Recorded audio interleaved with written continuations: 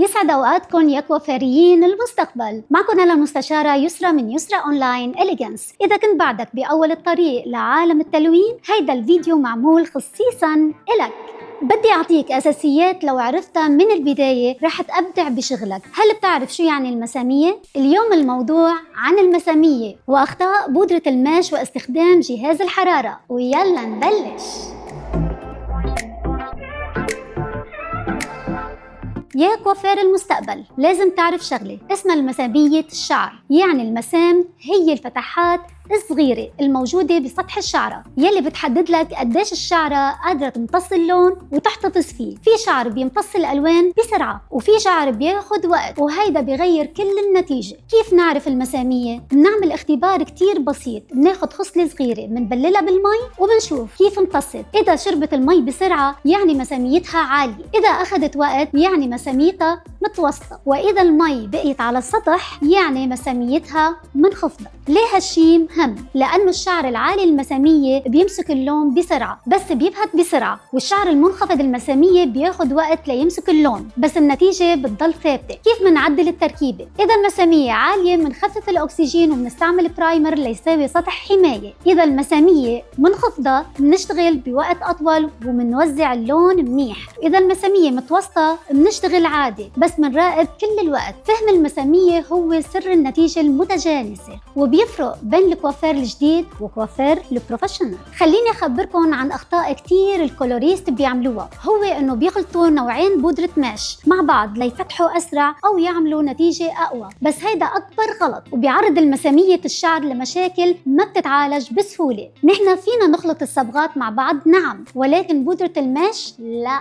أول شي لازم نعرف إنه كل بودرة معمولة بتركيبة معينة، نسبة أمونيا، نوع الأملاح، سرعة الرفع، ولازم تقرأ المكتوب اللي مرفق مع العلبة. كل الشركات بتصمم المنتجات الخاصة وبتشتغل مع أكسجين معين ووقت معين. لما تخلط البودرتين هالتركيبات بتتفاعل مع بعض وبتصير غير مستقرة. الخلط ممكن يرفع الحرارة بشكل مفاجئ، يعني فجأة بتلاقي الشعر سخن كتير وصار مطاطي وبلش يتكسر لأنك دمجت مكونات ما لازم تلتقي مع بعض، وللأسف النتيجة ما بتكون متوقعة. ممكن تفتح جزء أكتر من جزء ويطلع الأندرتون غريب ويصير بقع بالشعر، وهيدا الشي بيخرب شغلك قدام الزبونة. وللأمانة الشركات نفسها بتحذر من هالشي لأنه كل بودرة مصممة لتشتغل لحالها ومع أكسجين معين ونسبة خلط محددة، بس العترة علي ما بيرد.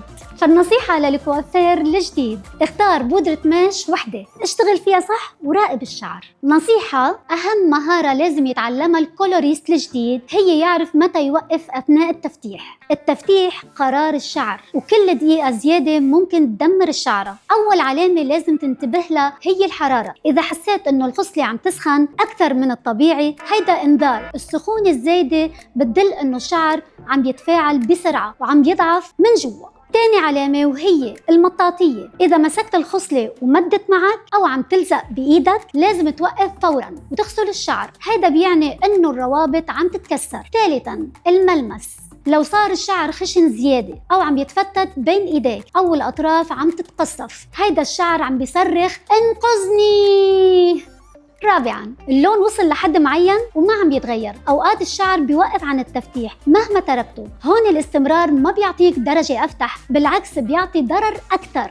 خامساً حالة الشعر قبل ما تشتغل. إذا الشعر انفتح من قبل أو عليه بروتين لازم تكون أسرع بالقرار التوقف لأنه هيدا أضعف مما بتتوقع. فالنصيحة الذهبية إذا قررت التفتيح راقب الشعر كل 5 دقايق. إذا شفت أي علامة خطر وقف فوراً. خليني أخبركم عن جهاز الحرارة يلي بيشتغل أثناء التفتيح. هو مش أشعة فوق البنفسجية أو UV، هو دفاية حرارية خفيفة بتشتغل على الهواء وحرارتها ثابتة ومنخفضة. الأشعة فوق البنفسجية ممنوع على الشعر مع الماش والألوان لأنها بتكسر الروابط وبتحرق الشعر. بنشتغل على جهاز الحرارة بحالات معينة لما بيكون الشعر قوي وما عليه تفتيح قديم. لما بدك تسرع التفتيح وشغلك على شعر طبيعي أو صبغة خفيفة، إذا وقف التفتيح وما وما عم يتغير، هون بدك تدفي الشعر شوي. ممنوع تستخدم الحرارة على شعر مسحوب لونه من قبل أو ضعيف وشعر فيه أطراف محروقة أو في صبغات سوداء متراكمة، لأنه الحرارة بتسرع الضرر. ليش الحرارة خطر إذا استعملتها غلط؟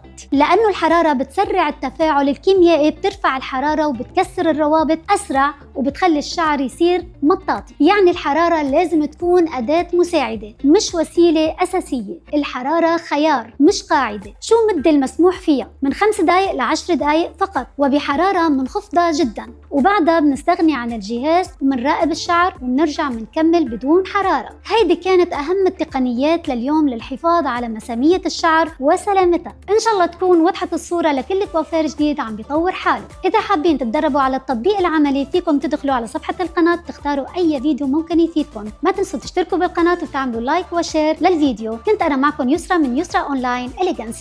باي باي.